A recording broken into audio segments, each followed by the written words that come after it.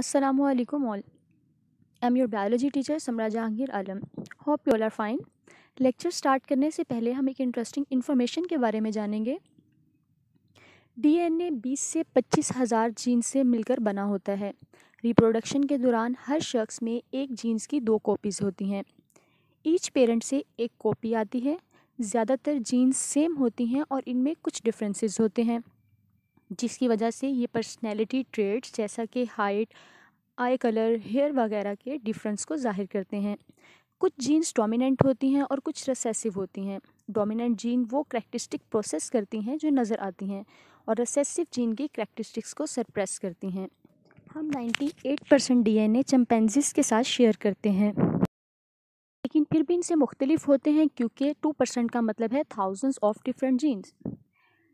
अब हम अपना लेक्चर स्टार्ट करते हैं एयर पैसेजवे और लंग्स.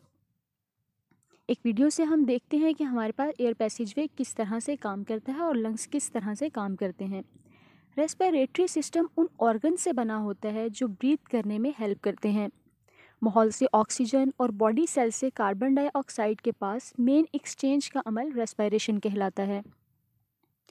ब्रीदिंग के ज़रिए एयर को लंग्स के अंदर लेकर जाने के अमल को इनहेलेशन कहते हैं और एयर को ब्रीथ आउट करने के अमल को एक्सहेलेशन कहते हैं. रेस्पिरेटरी सिस्टम उन तमाम ऑर्गन्स पर मुश्तमिल होता है जो ब्रीदिंग के प्रोसेस में हिस्सा लेते हैं, और ये तमाम ऑर्गन्स अपना यूनिक काम करते हैं और हमें इस काबिल बनाते हैं कि हम सांस ले सकें, जैसा कि अप्रॉक्सीमेटली हम एक दिन में 23,000 मरतबा सांस लेते हैं.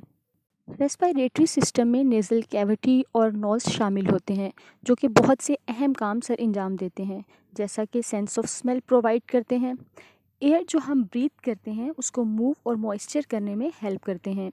डस्ट पार्टिकल को और दूसरे इरिटेंट के ऑर्डर्स रखते हैं और हमें असिस्ट करते हैं डेवलपमेंट ऑफ साउंड में. थ्रॉट, जिसे हम फेरिंग्स भी कहते हैं, ये नेज़ल कैविटी से एयर को लेकर वॉइस बॉक्स की तरफ ले जाता है. वॉइस बॉक्स जो कि लेरिंक्स भी कहलाता है, और फिर वहाँ से विंड पाइप या ट्रेकिया की तरफ ले जाता है. विंड पाइप आगे 2 ब्रीदिंग ट्यूब्स में तकसीम हो जाता है जो कि एयर को लंग्स की तरफ लेकर जाता है. इन ब्रीदिंग ट्यूब्स को ब्रोंकाई कहते हैं जो आगे जाकर ब्रोंक्यूल्स की शक्ल इख्तियार कर जाती है. ब्रीदिंग ट्यूब्स पूरे लंग्स में ब्रांचेस की शक्ल में फैली होती हैं और आखिरकार थिन वॉल्ड एयर सैक में कन्वर्ट हो जाती हैं, जिन्हें एल्वोलाई कहा जाता है. ये ऑक्सीजन और कार्बन डाइऑक्साइड को हमारे जिस्म में लाता है और जिस्म के लिए और हमारे ज़िंदा रहने के लिए प्रॉपर फंक्शन के लिए इसकी हेल्प की बहुत ज़्यादा ज़रूरत होती है. और दूसरा, ये हमारे जिस्म में कार्बन डाइऑक्साइड के अखराज में मदद करता है. कार्बन डाइऑक्साइड एक वेस्ट है जो कि हमारे जिस्म में एनर्जी मेकिंग प्रोसेस के दौरान खारिज होती है, जिस तरह आपने इनहेलेशन के प्रोसेस में देखा कि किस तरह से through nose, through throat, voice box and into the breathing tubes move होती है. आपने नोटिस किया होगा कि लंग्स हमारे पास इन्फ्लेट हो जाते हैं जब हम ब्रीद इन करते हैं. मसल लंग्स को इन्फ्लेट करने में काम शुरू कर देते हैं. डायाफ्राम जो कि एक मसल्स की एक बड़ी शीट है और पूरी चेस्ट में रिब केज के नीचे फैला होता है. इनहेलेशन के दौरान ज़्यादातर काम यही करता है. चेस्ट को एक्सटेंड करता है जब लंग्स हवा से भर जाते हैं. एयर नीचे ब्रीदिंग ट्यूब्स या एंड ऑफ ब्रीदिंग ट्यूब्स में टाइनी एयर सैक्स तक ट्रैवल कर जाती है. ये टाइनी एयर सैक्स ऑक्सीजन से भरे होते हैं और इनके आसपास टाइनी ब्लड वेसल्स का नेटवर्क होता है, जिन्हें कैपिलरीज कहा जाता है. इन एयर सैक्स में ऑक्सीजन ब्लड स्ट्रीम्स में दाखिल होती है और दाखिल गैस एक्सचेंज प्रोसेस के थ्रू होती है. टाइनी एयर सैक्स के बहुत थिन वॉल होती हैं और इनका सरफेस एरिया बहुत लार्ज होता है जो कि इन फ्लूइड से भरा होता है जो गैसेस को एब्जॉर्ब करने में हेल्प करती है.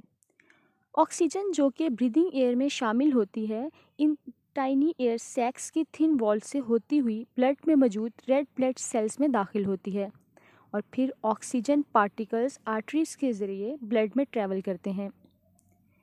ये सारा प्रोसेस हमारी वेल बीइंग के लिए होता है, जैसा कि oxygen particles tiny air sacs की वॉल्स के रास्ते ब्लड स्ट्रीम में डिफ्यूज्ड होते हैं और कार्बन डाइऑक्साइड जो कि हमारी बॉडी का वेस्ट प्रोडक्ट होती है वो ऑपोजिट डायरेक्शन में मूव कर रही होती है. डीऑक्सीजनेटेड ब्लड ऑर्गन और टिश्यू से वेंस के ज़रिए लंग्स में आता है. कार्बन डाइऑक्साइड ब्लड से डिफ्यूज़ होकर एयर सैक्स में मौजूद एयर में डिफ्यूज़ होता है। जब एयर सैक्स में मौजूद एयर कार्बन डाइऑक्साइड से सैचुरेटेड हो जाती है तो एक्सहेलेशन का प्रोसेस शुरू हो जाता है। डायाफ्राम रिलैक्स होता है और एयर बाहर की तरफ ब्रीदिंग ट्यूब्स के ज़रिए निकलती है और इन्वायरमेंट में एक्सहेल हो जाती है। लंग्स एक बैलून की तरह होते हैं, इनको एयर को अंदर की तरफ लेकर जाने के लिए एनर्जी की ज़रूरत होती है, जबकि एयर को बाहर निकालने के लिए एनर्जी की ज़रूरत नहीं होती।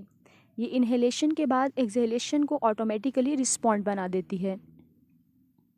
रेस्पिरेटरी सिस्टम फॉरेन पार्टिकल्स के अगेंस्ट प्रोटेक्शन मुहैया करते हैं ताकि सेंसिटिव एरिया में दाखिल होने से रोका जा सके। इसमें काफ़ी ज़्यादा प्रोटेक्टिव मैकेनिज़्म हैं जो कि रेस्पिरेटरी सिस्टम अपने आप को सेफगार्ड करने के लिए डेवलप करता है। नर्व्स डस्ट को और फॉरेन पार्टिकल्स को फ़िल्टर करती है, जबकि माउथ ब्रीदिंग में इस तरह फ़िल्ट्रेशन प्रोसेस नहीं होता। जब नोज़ के ज़रिए सांस लेते हुए डस्ट पार्टिकल इनहेल हो जाएं तो उस टाइम हमारे पास एक इस तरह का मैकेनिज़्म सामने आता है कि उस सांस के दौरान हमारे स्टिकी म्यूकस के अंदर tiny hair line structure foreign particles को ऊपर मूव करते हैं और इसी तरह से उनकी हेल्प करते हुए कफ के ज़रिए उनको ऊपर भेज देते हैं। माउथ ब्रीदिंग के बहुत ज़्यादा इम्पैक्ट्स हैं। अगर मुंह के ज़रिए सांस लिया जाए तो उसका ह्यूमिडिफाई होने का कोई चांस नहीं होता, जैसा कि नेज़ल कैविटी के ज़रिए।